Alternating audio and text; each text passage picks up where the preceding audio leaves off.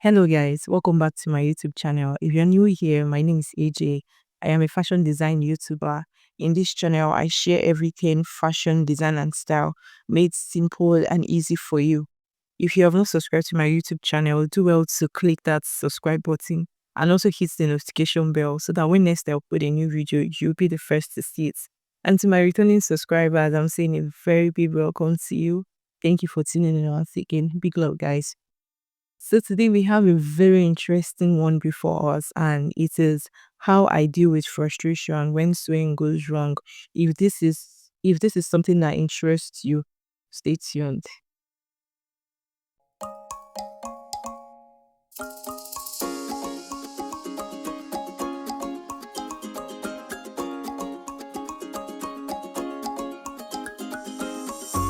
If you've ever sat before your sewing machine ready to slay a design only for things to go completely left, then this video is for you, because today I'll be sharing how I deal with frustration when sewing goes wrong, because it will go wrong. It's definitely will sometimes. So let's talk about it. First things first, frustration is normal in sewing. I don't care how long you've been sewing, maybe I do. Whether you're a beginner or a pro, there are days that the thread won't just cooperate. There are days that you may even sew your sleeve inside out for the third time. There are days that things will just go completely left, and these frustrations are bound to happen. I have been there, and I still go there sometimes. And let's never talk about when you make mistake on a client's outfit. That's a different kind of panic entirely, because you won't know what to do at that point. There's no how you're not going to get frustrated. So here's what I do when frustration starts to creep in. The first thing I do is that I take a short break. I take a break. It's very, very compulsory. That's something I do. It's not a sign of weakness. It's not a sign of giving up.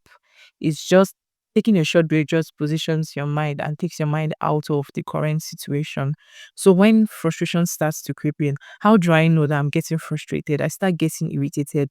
The work starts getting tiring unnecessarily. The first thing I do is to take a short break. It's very important. I could either just go out, when I will go out, walk around, or scroll through my phone, or drink water, or just go to watch TV for a short time, or just do something to snap out of that environment. That's the first thing I do, because it helps my mind. It just helps my mind to drift away from the current situation. The second thing I do when I notice that frustration starts to creep in is that I talk kindly to myself, because I understand that this is a very important situation. Whatever my mind narrates, whatever my mind interprets, is how this current situation is going to be. So I try to utilize that time to talk kindly to myself.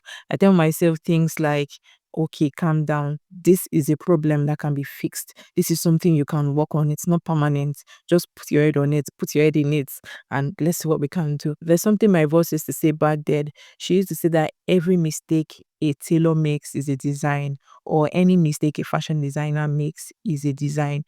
This statement, she always says it to us repeatedly. So when there's an error, that's the first thing she always says. This mistake you just made as a tailor is a design, so look for a way to solve it. I know someone may be saying not every mistake is a design. There are some mistakes that you need to start all over again. There are mistakes you need to get rid of the fabric. What that statement does to you is that it just sets your mind in a problem solving mode. For you to even think of starting afresh, is your mind already positioned towards solution? I don't know if that makes sense. Your mind being positioned towards solution. So the statement just helps to set your mind to that problem solving mode. You just start thinking of what can be done, what can be done, what can be done. So I want to tell every fashion designer out there that every mistake you make as a fashion designer is a design. Every mistake you make when you're sewing, what you're making at that time is a masterpiece. You're the one designing. So any mistake you make is a design. So don't forget that. It will help you. Another thing I do is that I find the mistake and I learn from it. This can be a bit difficult sometimes, especially when you're making this mistake on an outfit that you've made countless times. It can be very, very difficult to do, because there's just going to be this overconfidence setting in. But I want to put it to you today that whatever mistake you make, and I don't want to come to the motivational side to say in life, but in fashion design, whatever mistake you make, always find the mistake and learn from it. Anytime I do this, it just helps me turn the mistake into a lesson I can learn. So I always ask myself, was it wrong measurement? Did I take the measurement wrongly? Was it that I didn't press the seams correctly? Was it always try to find the error as a fashion designer? Mistakes are inevitable, but how you position yourself in that current situation, that mistake is going to change everything or is going to ruin everything. So as a fashion designer, whenever you make a mistake, always look for that mistake and learn from it. It's going to help you even for future designs. Another thing I do is that I rewatch the tutorial videos and I look back at my previous works. If it was a design that I had to watch video content or tutorials to make, I always try to go back to it to know where went wrong. What did I not do right? That's if it's a design I had to watch videos or tutorials to create. And another reason why I always go back to my previous works is that this is sometimes mistakes can be an emotional thing. You can make a mistake as a fashion designer and your mind just keeps telling you negative things. Your mind just keep making you feel like you are not a real designer, or you never get things right. So going back to my previous works just helps me to remind myself that you were able to do this, you were able to do that. So this one is just a mistake. This one does not define me as a fashion designer. This mistake does not define me. I don't know if that makes sense. So going back, it's just like going back to your testimonies. So going back to my old design just helps to reprogram my mind in that state. So I think for people that are very emotional, you know how like you beat yourself over slight mistakes. This tip will really, really help you. Go back to your previous works. Go and check what you have done. Go and check the masterpieces that you've created. And don't look down on yourself because of one slight mistake. Or maybe it's not slight. Guide, and last on my list for what I do when frustration starts to creep in is that I don't force it. I don't force it at all. When I see that after taking a short break, when I see that after everything, it's not working, it still feels like nothing is coming to mind, I just pack up work for that day. Like I just get done for that day. That's in worst case scenarios. I just pack up. There's no shame in starting afresh the next day. There is this thing about a new day, a new energy, a new mindset, a new solution. So the solution could actually come when you are sleeping. For someone like me, once there's a mistake I've not corrected or I've not found solution to, it's always on my mind. So I'm always thinking about it. How can I do this thing differently? So starting a new day when it's a worst case scenario is not a bad thing. There's no shame in it. It's better for you to start a new day with that particular design than ruin it the previous day. I don't know if that makes sense. It's better to start afresh on a new day than ruin it the previous day, trying to fix it when you already know you're frustrated. So I'm going to be sharing a situation that has happened to me, how I got frustrated when I was sewing. About 3 weeks ago, I was making a two-piece outfit, and the mistake that occurred was on the palazzo pants, was on the trouser. And I saw a video online on a modified way of making a pants trouser. And this particular trouser I was making, I wanted the wideness to start from the hip. So I wanted the upper parts, that's the waist to the hip, to be contoured. I saw a video and I found it very, very interesting. I said, okay, why not try this? And guys, after watching it, I had the option of using a pattern paper or a cheaper fabric to test it, because it's actually my outfit. But I just had an option that, okay, just try it first to see if this particular method works well for your body type.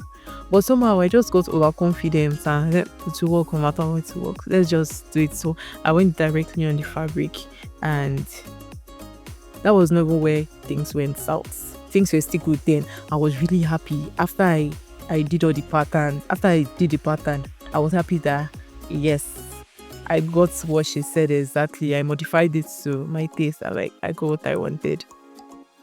After cutting, I went ahead to sew. So I joined I joined both legs, and I said, okay, before I fix the band, let me just try to put myself into this trouser to see what it looks like for fixing the band.